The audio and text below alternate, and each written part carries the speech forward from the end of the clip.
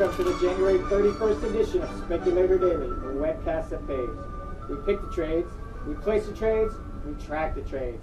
And now your host, the CSG. Thank you, DJ, and good day, speculators. Welcome back to the show. Time is money, and let's not waste either, so let's get right to it. As you know, we've been trying to sell some puts in the energy sector. Trolling for money, but we didn't get any bites. Monday looked like we might have got hit, but Tuesdays and Wednesdays move burned us out. So we're going to have to scratch this play. Call the desk today, cancel these orders. If anything changes, I will let you know. Now, I was toiling here, working at the Genius Room.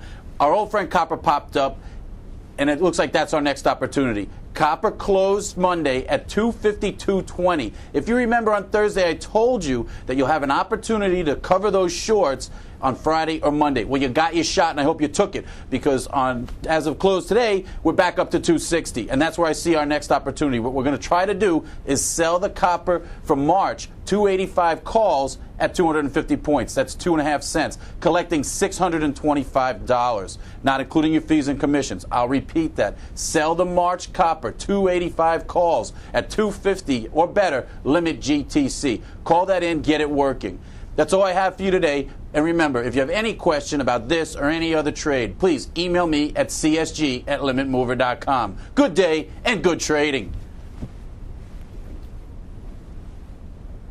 Oh, and now for the disclaimer. The disclaimer. Past performance is no indication of future profits. People can do and do lose money in these markets. Commodities investing is not for every individual. All views and opinions are those of me, the commodity super genius. Be your own genius.